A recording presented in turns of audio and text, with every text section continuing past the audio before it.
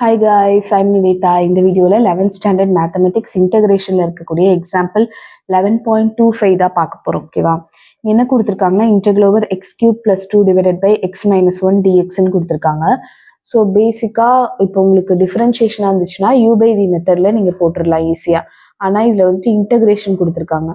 So அப்போ நம்ம என்ன பண்ணலாம் அப்படின்னா இந்த இடத்துல நம்ம எப்படியாவது இதை வந்து சிம்பிளிஃபைட் பண்ணணும். ஓகே, எப்படி பண்ணலாம் அப்படின்னா இந்த +2 அப்படின்னு இருக்கு இல்லையா?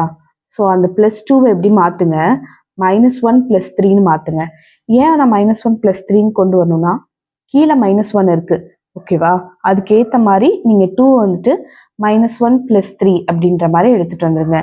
இங்கே பார்த்தீங்கன்னா நம்ம எக்ஸாம்பிள் 11.27லையும் நம்ம அதே மாதிரி தான் பண்ணியிருப்போம். இந்த ரூட்டுக்குள்ள +2 இருக்கிறதுனால இந்த -3 வந்துட்டு எப்படியாவது 2ஆ மாற்றணும் அப்படின்றதுக்காக நம்ம +2 - 5ன்னு போட்டிருப்போம். ஓகேவா? ஸோ அதே மாதிரி தான் இங்கேயும் நம்ம சேஞ்ச் பண்ணுறோம் ஆக்சுவலி. ஸோ இங்கே என்ன செய்கிறோம்னா x-1ன்னு இருக்கா, மேலேயும் -1 வரணும் அப்படிங்கிறதுக்காக -1 + 3 அப்படின்னு எழுதியிருக்கோம். இப்போ நம்ம தனித்தனியாக பிரித்து எழுதிக்கலாம். x³ -1 divided by x - 1 + 3 divided by x - 1 அப்படின்னு எழுதிக்கலாம். ஓகே, நெக்ஸ்ட் a³ - b³ ஃபார்முலால இருக்கு.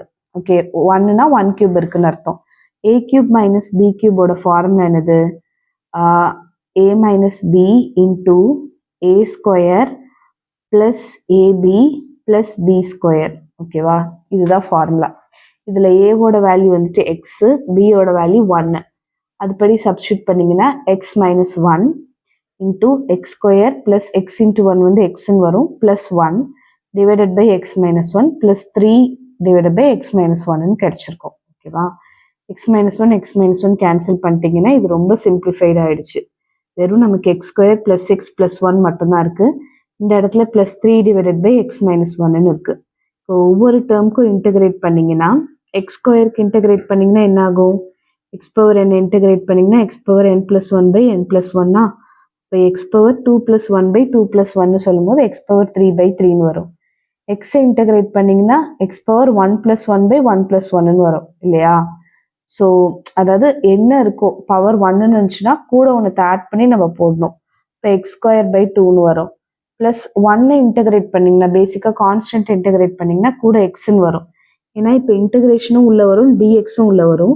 இப்போ இன்டகிரேஷனும் டியும் கேன்சலே உங்களுக்கு வெறும் எக்ஸ் மட்டும் வந்திருக்கும். அதுக்கப்புறம் 3 டிவைடட் பை எக்ஸ் - 1 இருக்கு.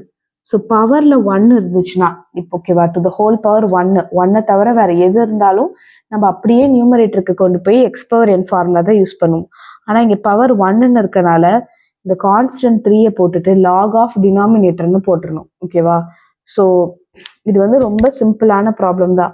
பட் நமக்கு வந்துட்டு இந்த a³ - b³ ஃபார்முலாலாம் தெரியல, இந்த மாதிரி சேஞ்ச் பண்ணுறதுக்கு தெரியல அப்படின்னா நம்ம இந்த சம் வந்து டஃப்பாக ஃபீல் பண்ணுவோம். ஓகே, ஸோ இது வரைக்கும் நம்ம வந்து ஜஸ்ட் சிம்பிளிஃபை பண்ணியிருக்கோம். அதுக்கு பிறகு நம்ம இன்டகிரேட் பண்ணியிருக்கோம். Okay, integration X power n formula use பண்ணியிருக்காங்க இதில் எல்லாம். இதில் வந்துட்டு 1/x இன்டகிரேட் பண்ணிங்கன்னா லாக் எக்ஸ்ன்னு வரும். ஸோ லாக் ஆஃப் டினாமினேட்டர்னு யூஸ் பண்ணியிருக்காங்க. Okay, thank you so much for வாட்சிங். இந்த வீடியோ பிடிச்சிருந்ததுன்னா மறக்காமல் ஒரு லைக் பண்ணுங்கள், ஷேர் பண்ணுங்கள், சப்ஸ்கிரைப் டு மை சேனல். உங்களோட ஃப்ரெண்ட்ஸ் குரூப்க்கு ஷேர் பண்ணுங்கள்.